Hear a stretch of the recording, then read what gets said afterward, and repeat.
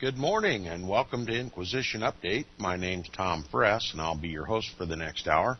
You're listening to FirstAmendmentRadio.com and thanks for tuning in. And we'll continue our reading and discussion of the book, The Papacy and the Civil Power. Remember yesterday, by the end of the broadcast, we were talking about a period of time when the Roman Catholic hierarchy in America were, as observed by the Jesuits in Europe and the Jesuits in this country, were well indoctrinated in their responsibility to obey the Pope.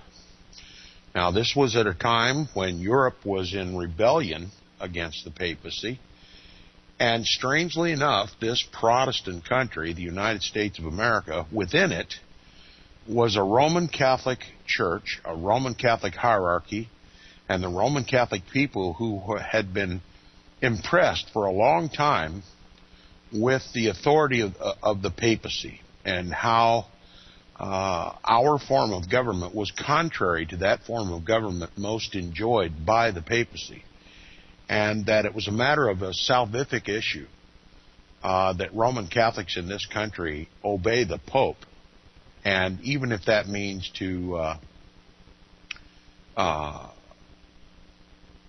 grow more and more dissatisfied with our form of government. And at this particular time, when the United States was prepared for it, there was a book written, a very timely book written in Spain by a Roman Catholic priest, which was eventually translated from Spanish and into English and propagated in this country to American Roman Catholics. And it touted the power of the Pope, or the Pope himself, as the best guide of men in the path of liberty and progress. And it inculcated in the minds of Roman Catholics that how much they had to owe their religion for the affluence that they enjoy in the world, and to remind Protestants that their form of religion was based on error. Okay, this work was so highly commended, as it says, in a work so highly commended as this is to American readers, one would scarcely expect to find a labored effort to prove that the oath of allegiance to our government taken by a Roman Catholic amounts to nothing and has no binding obligation when the welfare of the Roman Catholic Church requires it to be disregarded. Okay, if you're following along page 576, I apologize to my listeners for not giving you a heads up what page we're in. The first full paragraph on page 576.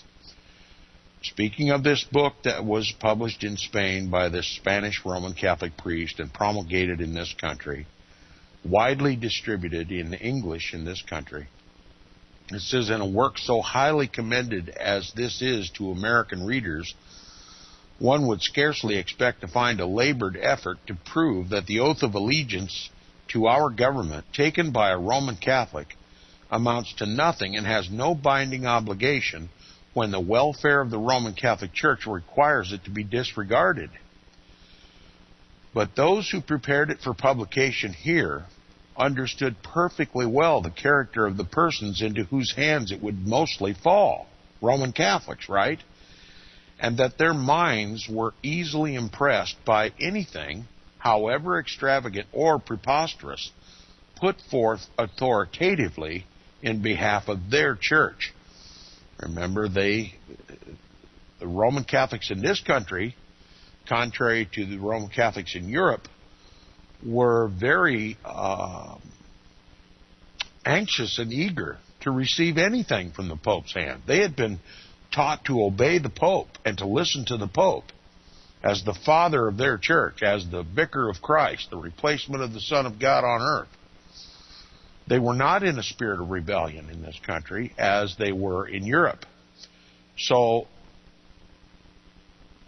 the United States of America, the Roman Catholic Church in America, became a mission field for the papacy to propagate or to restore, rather, his old world order. It was the best hope in the world that if the old world order under which the Pope ruled supreme was ever going to gain the ascendancy again in the world, it had to be through the American Roman Catholic Church. It says, and they did not miscalculate, as we may infer from the fact that in the United States, the dogma of infallibility has been accepted with greater unanimity and more readily than in any other country in the world. A fact which renders an exposition of the teachings of this book and others like it not only interesting and instructive, but of more than ordinary importance as well as significance. So you can see the Pope is availing himself of the greatest opportunity in the world to reestablish himself as the King of Kings and Lord of Lords, and that is through the American Roman Catholic Church. As unlikely as that might seem, that was the goal of the papacy. And it says this author has a chapter upon resistance to the civil power, in which, after the necessary preliminary discussion, he begs his readers to bear in mind the general principles at all times inculcated by Catholicity, viz., the obligation of obeying legitimate authority. Okay, the word legitimate is italicized here. So we're automatically bringing into question what authorities are legitimate. And it says, in order to make the desired application of this principle and to explain what he means by legitimate authority, he puts and answers a most pertinent question as follows, quote, in the first place, are we to obey the civil power when it commands something that is evil in itself? No, we are not, for the simple reason that what is evil in itself is forbidden by God. Now we must obey God rather than man, unquote. He does not stop here to explain what it is and what is not evil, what is and what is not evil, but he proceeds as follows, quote, in the second place, are we to obey the civil power when it interferes in matters not included in the circle of its faculties or its influence? No, for with regard to these matters, it is not a power.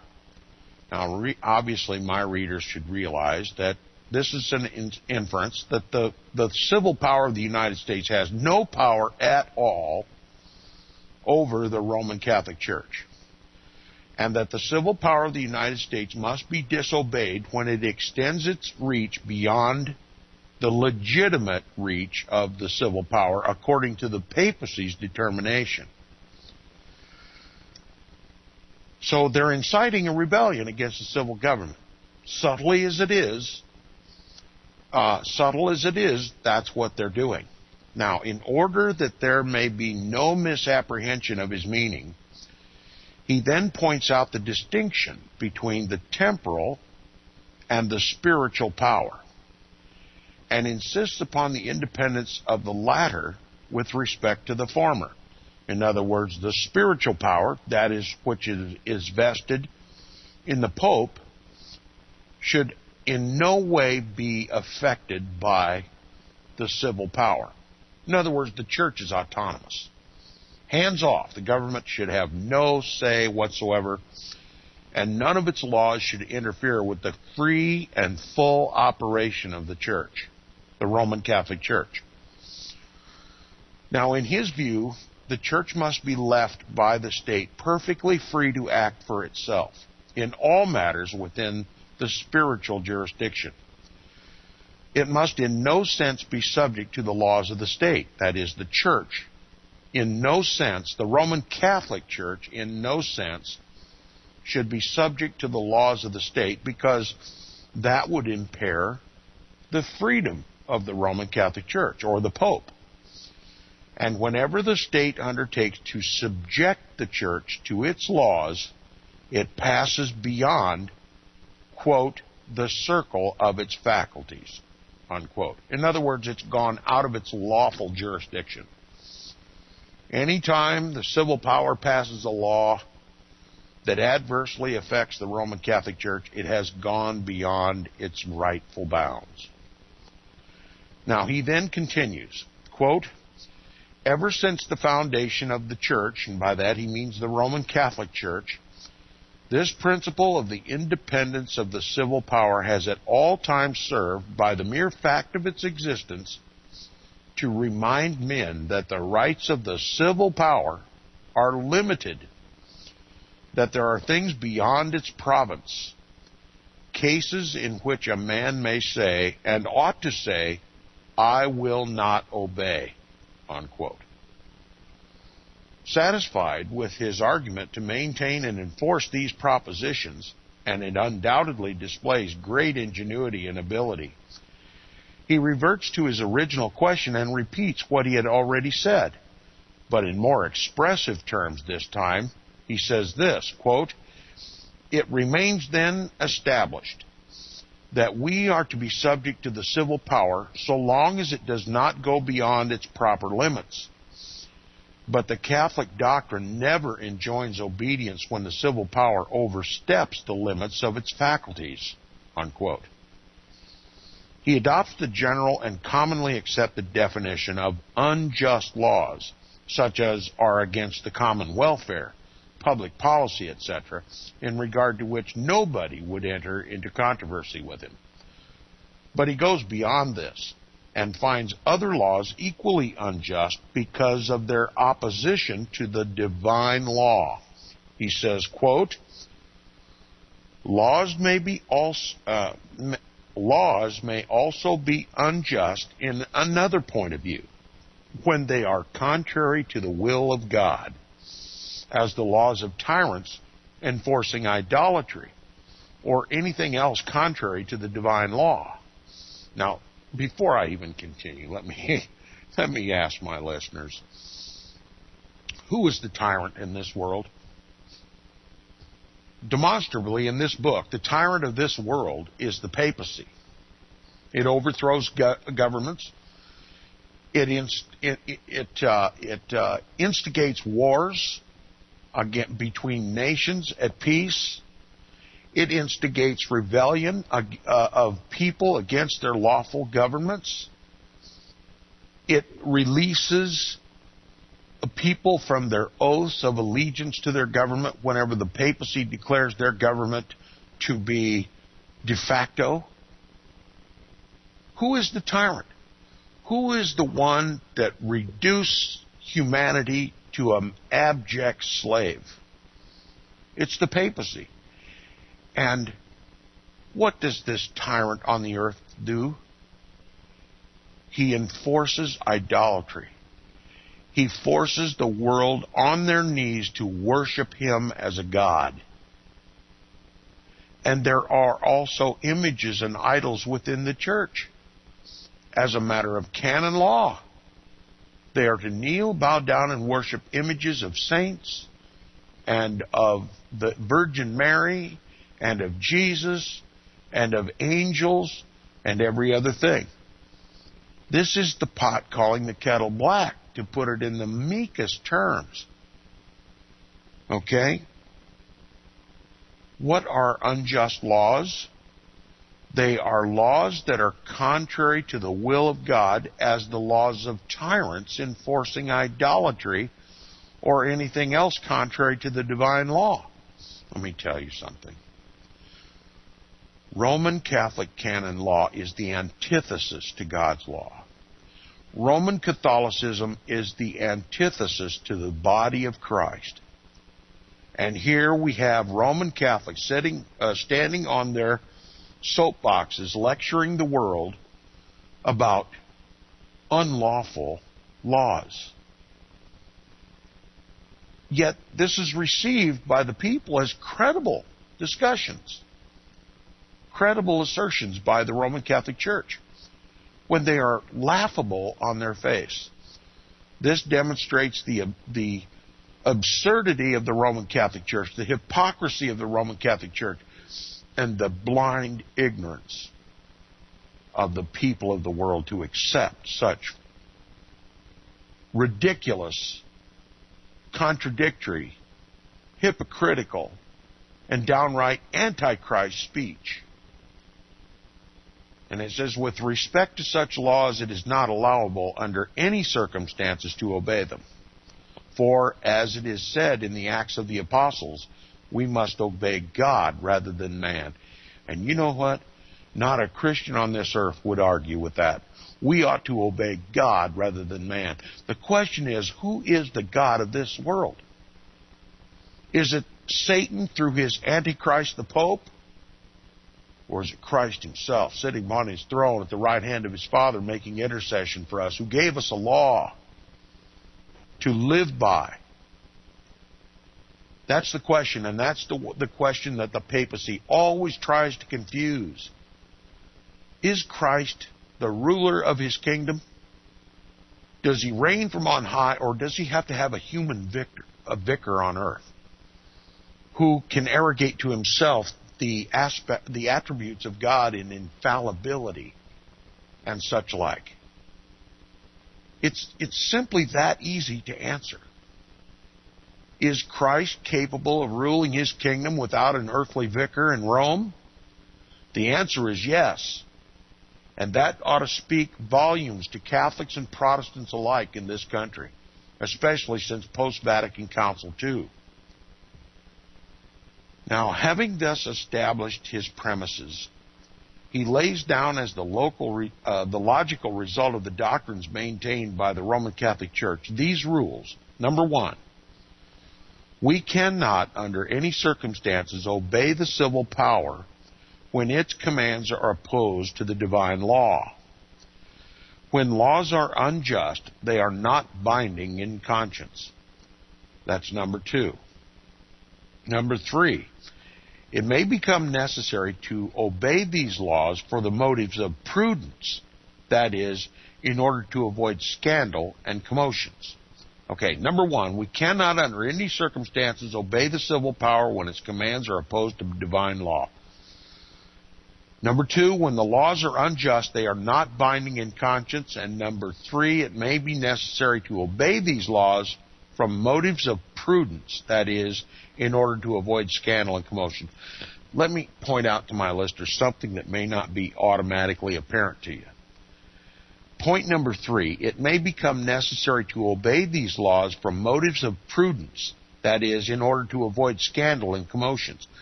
I want to ask the question to my listeners, how long do you think the Pope is going to allow Roman Catholics in this country to obey unjust laws that run contrary to the teachings of the Roman Catholic Church, on just for the mere sake of prudence? And you can interpret the word prudence to mean self-preservation. How long do you think the Pope is going to allow Roman Catholics in this country to preserve themselves by obeying unjust laws? I'll answer that question for you. Only until the Roman Catholic Church grows to the power necessary to overthrow those unjust laws. Now let me tell you what the unjust laws are. The entire Constitution and Bill of Rights of this country. Point number three indicates that there will come a time in this country, the goal of the papacy, the goal of the American Roman Catholic Church and every true Roman Catholic in this country, the goal is to overthrow this unlawful Constitution and Bill of Rights and our form of government, and to replace it with a papal king, just as they enjoyed during the Dark Ages. Okay. I hope that's clear to my listeners. If people are persistent in thinking that this day is never going to come, I propose to you that the day has already come. And that the New World Order is that date that has arrived when the Roman Catholic Church considers it no longer prudent to tolerate these unjust laws. and that they've grown in power and influence and strength, especially since Vatican Council II, when it is possible, with a reasonable hope of success, to overthrow our form of government. And we're seeing it right before our very eyes. It's been ongoing at least for 20 years since NAFTA and GATT. And all the other economic, religious, political, racial, social, and every other controversy in this country has been exacerbated. Why? To foster this change of government.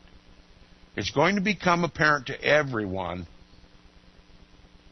that there is a dramatic change needed in the United States of America. This has all been brought about and orchestrated by the Roman Catholic Church and all of the organizations ultimately serving the Roman Catholic Church. And we'll talk about that on another broadcast. But we are arriving at the very day that R.W. Thompson is prophesying in this book. This day has come upon us, and we're seeing the effects of that swift change, that swift takeover of this Protestant constitutional republic in replacement, to be replaced by a papal king. Now, you say, well, the president's not a king, he's elected by the people. No, he's not. It appears that he is. But if you consider the fact that the candidates for President of the United States are picked by the Council on Foreign Relations, they've already been vetted by the Papacy.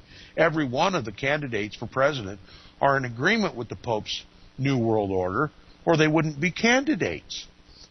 And you simply must comprehend that if the Roman Catholic Church has picked all the candidates for the presidency, you can vote for whomever you please. The Pope doesn't care. He's already got his man. That's how far it's come, and it's worse than that. It even goes down to state and local governments. They're ready to overthrow our form of government, and they're going to do it in the name of Christianity. And Christians are going to go along with it, when in fact it is designed for their very destruction, to revert them back to the old world order. Two classes of people, the rich ruling elite, that is the priesthood, and those who serve the priesthood, and the people. Put down, desperately poor, denied the basic necessities of life, health care, food, water. They're going to be taxed to death, worked to death, and threatened to death if they don't go along with this new world order. And when the discussions that I hear on amateur radio and other outlets, when they talk about the new world order, religion is never a factor in those discussions. They simply do not comprehend. They think this is all about the nameless, faceless, rich ruling elite, but they don't have a clue who they are. You do, because you listen to Inquisition Update. But you can listen to these discussions till hell freezes over, and you'll never hear once mentioned the Roman Catholic Church. And it's ghastly that this could happen to this country outside of the recognition of the people of this country who's really bringing these changes about. Why is it so secret? Because it was no secret in England when Rome tried to do this, and they put down the Roman Catholic Church. The same could happen in this country if Americans ever figured out who's really behind this. Put a name and a face on the rich ruling elite. It's the same today as it was then. We'll be back right after these messages.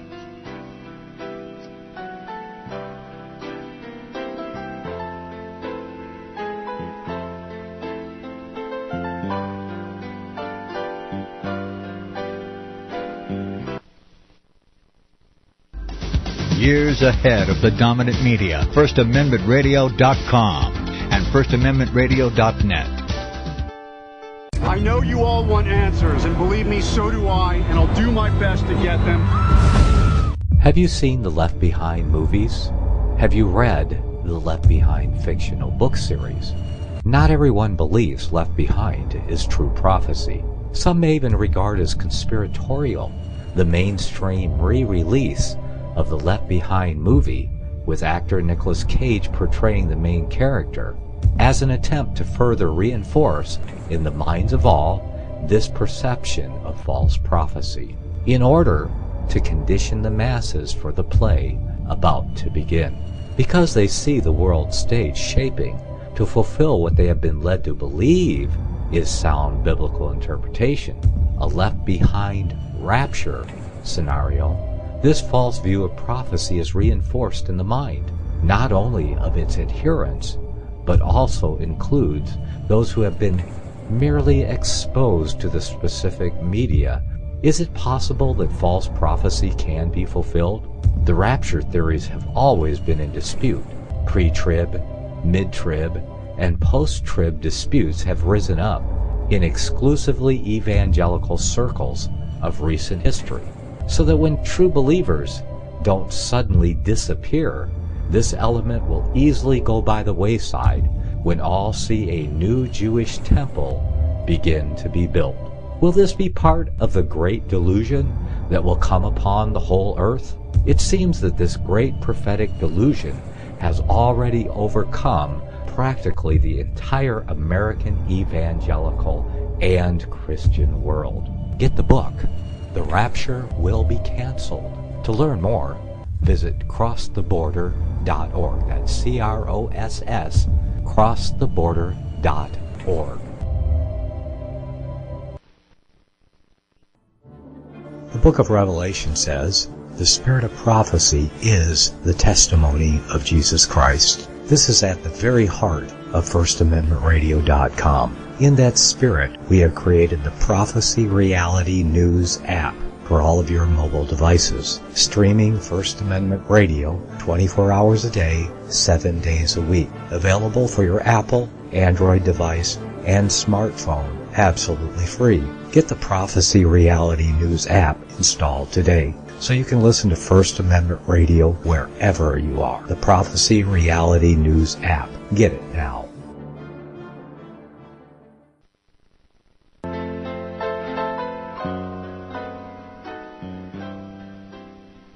Okay, welcome back to the second half hour of Inquisition Update. Inquisition Update is brought to you by FirstAmendmentRadio.com.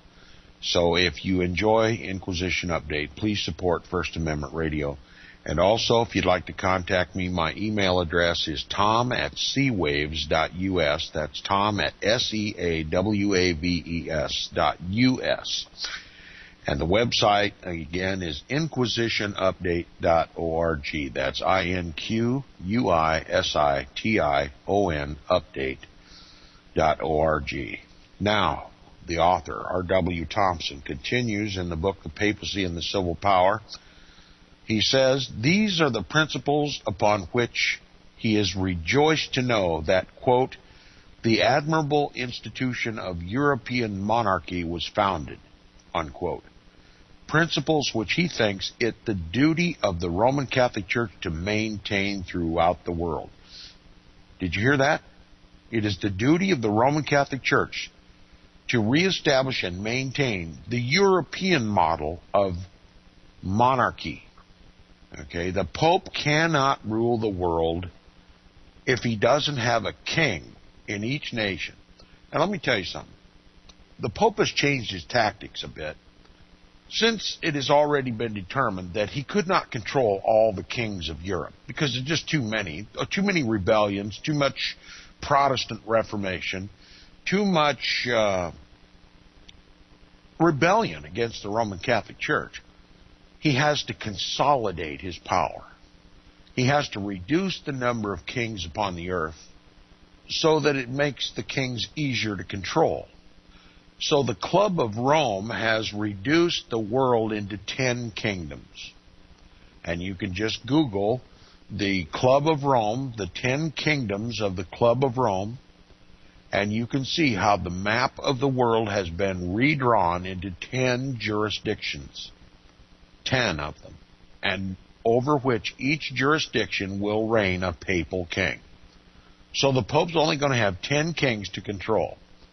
And each of those kings will dominate in his jurisdiction. That's the New World Order.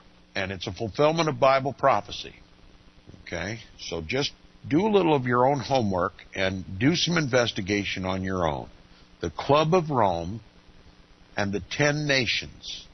The 10 nations of the Club of Rome, or the 10 kingdoms of the Club of Rome.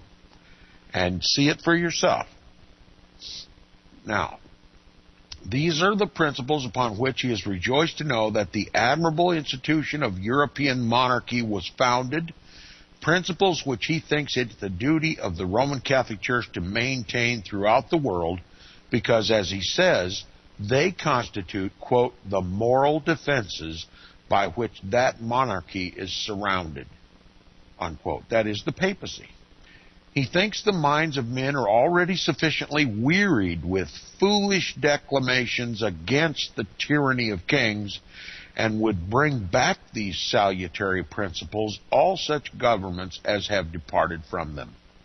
Okay, he's teaching that the time of the rebellion against the kings is over, and the world is going to see it necessary to bring back those papal hierarchical kings. That we've played around long enough. The world has failed because it departed from the monarchies of the papacy. It says these principles are the same substantially with those laid down by the Bishop England, and if applied in this country would, quote, test all our civil institutions by their conformity to the divine law. Remember, the divine law is interpreted by the Pope. Okay, we have established our government upon the theory that God recognizes the personality of each individual and will deal with him accordingly. Therefore, the conscience of every man is left free, that he may maintain whatsoever religious belief it shall approve. Necessarily, in order to establish and preserve this great principle, every individual and all church organizations are required to obey the laws of the state. The state recognizes that if the church has its way, conscience will be eliminated. Roman Catholicism will be shoved down your neck, or you'll be burned at the stake. That's the old world order. Built into our Constitution are protections against the old world order. That's why the Constitution has to be overthrown, according to the papacy. It says the spiritual power is not made independent of the temporal, but insofar as the authority to enact the necessary laws for the public good is concerned, the temporal power is made independent of the spiritual, the division between church and state. In all else, the spiritual power is left unimpaired. That is, it is left independent within its proper spiritual sphere.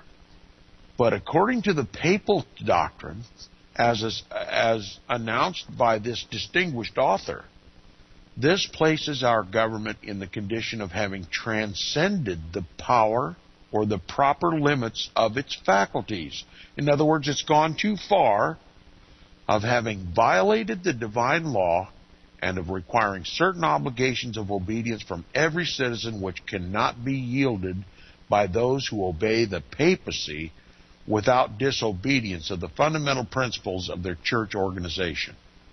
He insists that the government shall be arraigned at the bar of the papacy, where it shall be judged by the divine law, that the Pope alone, as God's vicegerent, is the only proper and infallible interpreter of the law, of that law, and that whatsoever principle of the government he shall declare to be unjust or heretical shall have no binding obligation upon the conscience of any Roman Catholic. Okay, there's your rebellion. There's the overthrow of the Constitution of the United States. And it's all based in this, that it is the Pope and the Pope alone who can interpret God's law. And you know what God's law is in Roman Catholic Church? We've been talking about it ever since the beginning of this book. The divine law, according to the Roman Catholic Church, is the false decretals, the pseudo-Isidorian decretals, that is, the decrees of all the popes. The popes have replaced God's law. They don't refer to God's law as God wrote it. When they talk about the divine law, they're talking about Roman Catholic canon law, the antithesis of God's law. And he says, already the present pope has declared that in order that a government shall conform to the divine law, that is Roman Catholic canon law, the state and the church must be so united that the state shall obey the church. In other words, the state shall obey Roman Catholic canon law. That the ecclesiastical or hierarchical body must govern itself by its own laws. In other words, the priest, the pedophile priests, cannot be touched by the civil power. They can continue to molest little boys, do as they please, and only the church can touch those priests. And the world simply has to accept whatever justice the Pope renders to the pedophile priests. They're untouchable by the civil power. That's just one example. It encompasses every crime that a priest can commit. They're beyond the reach of the civil power because the church and the state are united. The church dictates to the state. The state must obey the church and never touch the church. Okay? That the ecclesiastical or hierarchical body must govern itself by its own laws and not be governed by or answerable to the laws of the state, even for crime. That there must be but one form of religion, and that the religion of Rome. That all other forms of religion except that of Rome, including the Protestantism of the United States, are heretical and ought to be annihilated. Remember the tenets of the Fourth Lateran Council? It was a duty placed upon Catholics on pain of excommunication or upon pain of being declared a heretic yourself if you didn't take positive steps to extirpate and annihilate and eliminate heretics. That's the divine law. Roman Catholic canon law says you must kill heretics. Okay? Only Romanism is the only religion acknowledged by the papacy. Protestantism is heretical. So is our Protestant form of government. It must be eliminated, extirpated, annihilated, and eliminated. That freedom of speech and freedom of the press and of conscience are all inconsistent with the divine right of kings to govern, and therefore should not be tolerated or allowed. You see any restrictions of the press? You see the press being controlled today? You suspect that it might be the papal hand behind it?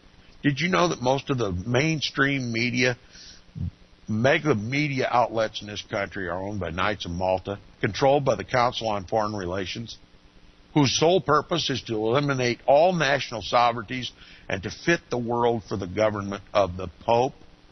The press is controlled because they're all on board with the Pope's New World Order. No freedom of speech, no freedom of press.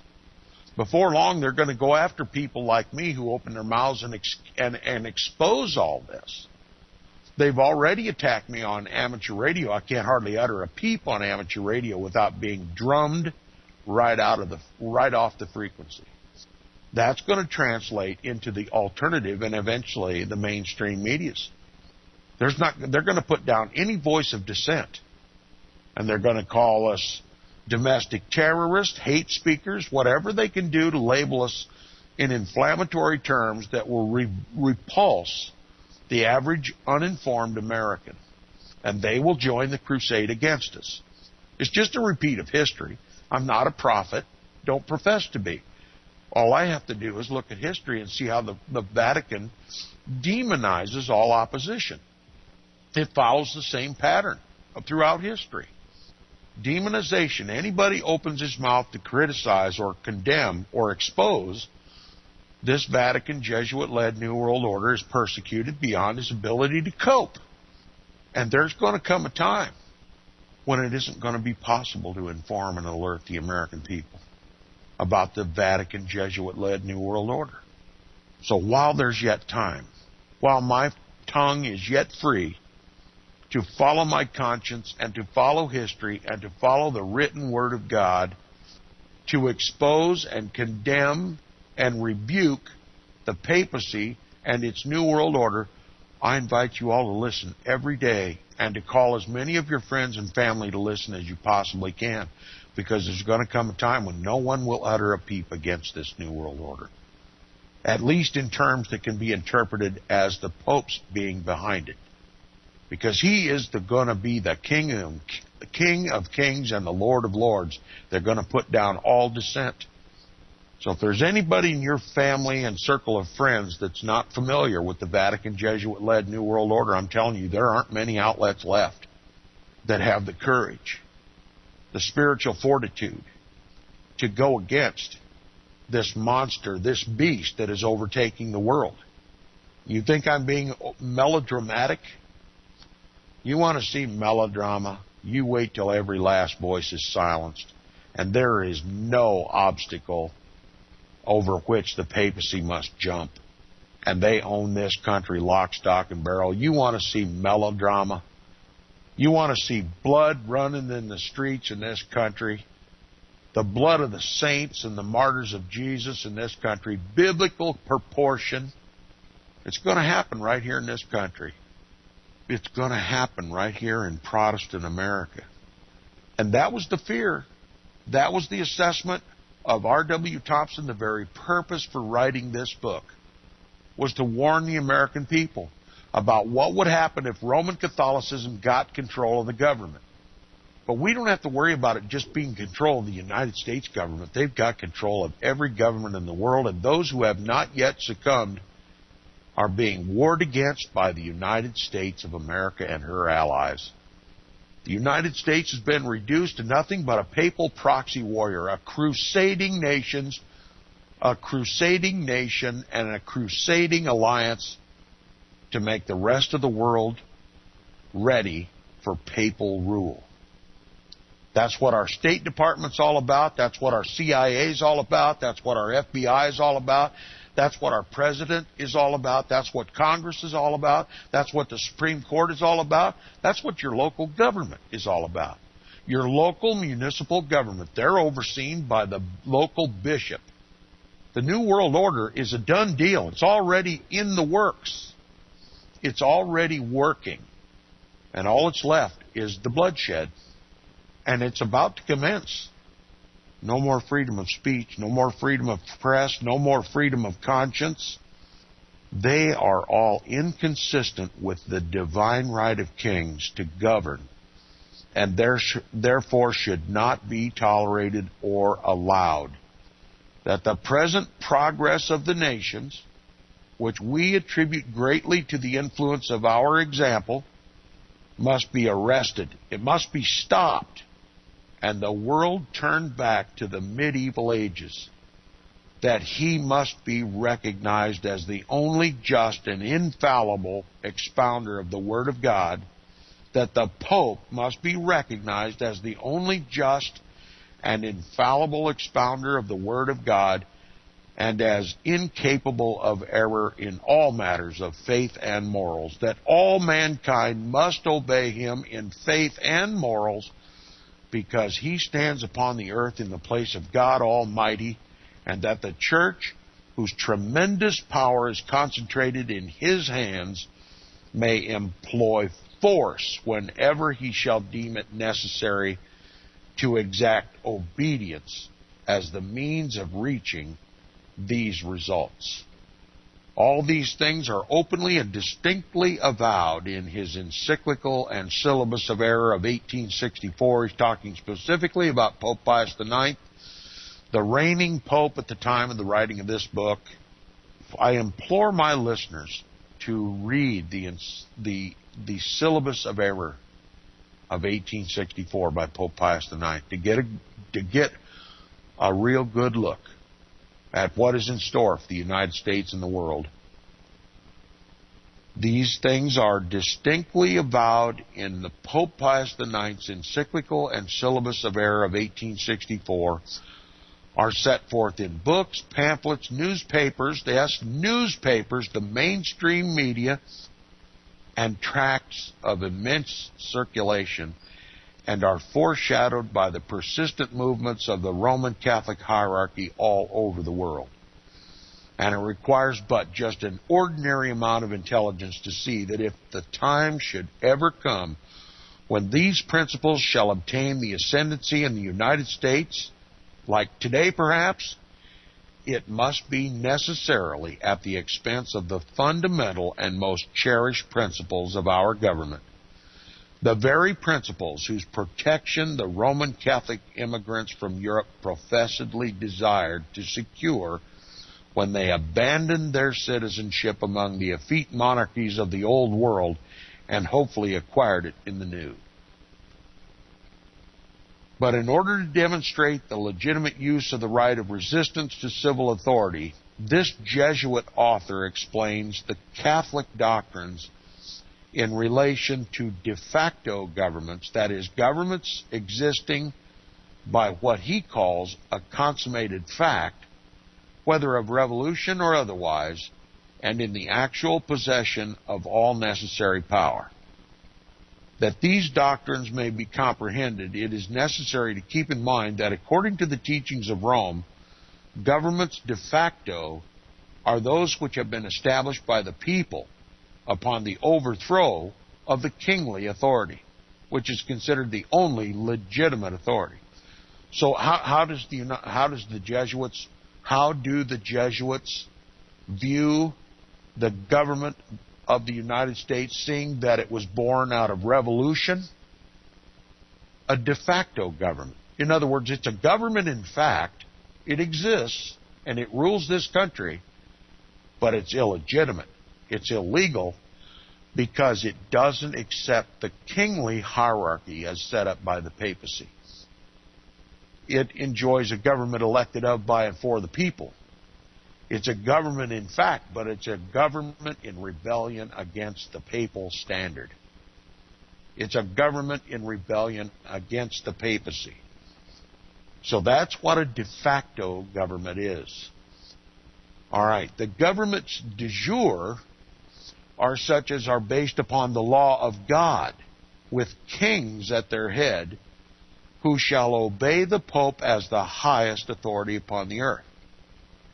So de facto governments are rebellious governments, illegal governments, governments that need to be replaced and will be replaced by the papal hierarchy. De jure governments are those which conform to the papal model. They are governed by kings. Now, is the United States governed by a king? Well, that's a darn good question these days. Because nowadays, the President of the United States can bypass Congress and just simply dictate, like a king, through presidential directives that already have the power of law when he signs them. There's no representation of the people. And who do you suppose those presidential directives really get their authority? Is it from the president? Or who? It comes from the Pope. All kingly power comes from the Pope. That's been the lesson of this entire book. Here we are on page 580. If there's one thing that we should have learned by now, is that the only government on the earth that the Pope recognizes are kingly governments. Now, the President of the United States, for all intents and purposes nowadays, is simply an administrator for the Pope. That's what the kings of Europe were, administrators for the Pope. The Pope ruled. And if a king didn't do or administer the nation the way the Pope told him to do, he simply absolved all the people of the nation of their oath of allegiance to the king, and they were commanded to kill him on pain of excommunication and eternal damnation. And that's the point we're getting to in the United States of America. The President of the United States rules from his kingly throne in Washington, D.C. by executive order. He's a papal executive. He's executing the laws of the papacy, Roman Catholic canon law in the country. And what did we get by that? Presidential Directive 51. NAFTA, GATT, or rather, the Patriot Act and NDAA. Papal king, and every one of them take away freedom of speech, freedom of the press, takes away our right to posse comitatus. Now the government of the United States can use our taxpayer-funded military within the country to put down any resistance. They can come into your house. They've thrown away habeas corpus. They can come into your house at 3 o'clock in the morning, roust you out of your bed, take you in the secrecy of the night, put you in prison for an indeterminate period of time without charge. They don't have to charge you. They don't even have to try you. They can just put you in the pokey permanently. And, of course, they have the option of whether to feed you and water you or not. Do you see the tyranny and oppression coming to the United States? Might we legitimately suspect that the old world order is being restored right before our very eyes? Is it so absurd to assert that the Pope is again ruling the world like he did during the old world order? It's not absurd. It's facts on the ground. Prima facie evidence to support the very real and prophesied condition of the last days before Christ returns. Facts on the ground. These are the last days. Rome is in her heyday. And for whatever reason, legitimate or otherwise, the American people seem completely oblivious to where this is all coming from. And it should be common sense. It should be biblically and historically already established in our minds. Who's at the head of this New World Order? The Pope of Rome, the biblical and historical Antichrist. Thanks for listening. We'll be back tomorrow on Inquisition Update.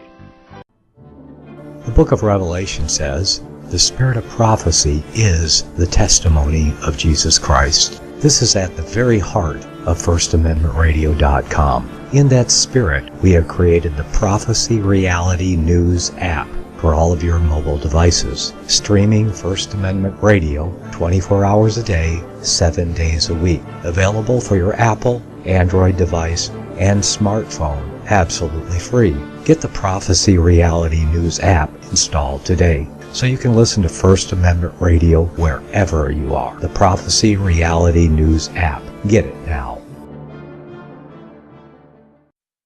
Visit crosstheborder.org, crosstheborder.org, to get your print, EPUB, or PDF version of the book, The Rapture Will Be Canceled. That's crosstheborder.org. I know you all want answers, and believe me, so do I, and I'll do my best to get them. Despite Nicolas Cage's promise to do his best to get left behind rapture answers for us, don't hold your breath. Not everyone believes Left Behind is true prophecy.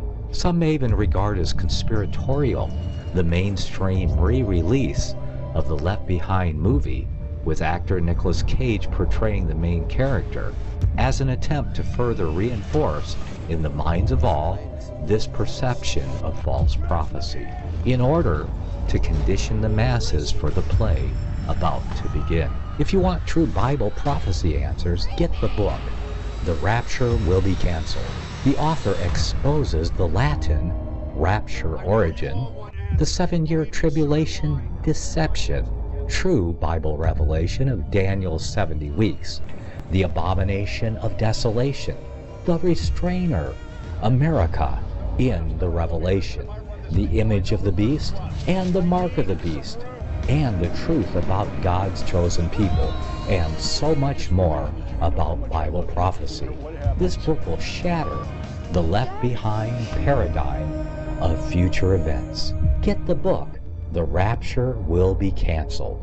Visit crosstheborder.org, crosstheborder.org, to get your print, EPUB, or PDF version of the book, the rapture will be canceled. That's crosstheborder.org.